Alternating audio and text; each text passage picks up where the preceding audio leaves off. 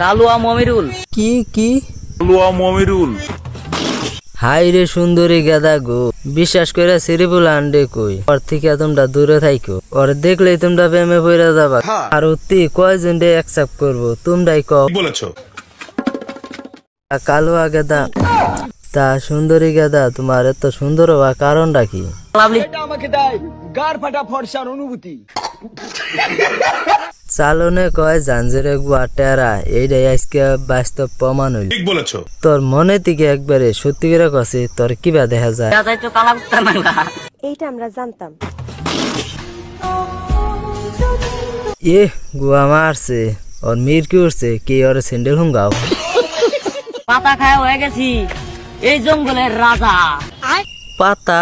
গাজা। আচ্ছা তুই এই একটা কথা কইলি, তোর তো দেখা মনে হয় না তুই গাঁজা খাস, নাকি গাঁজারে অসম্মানি করলি।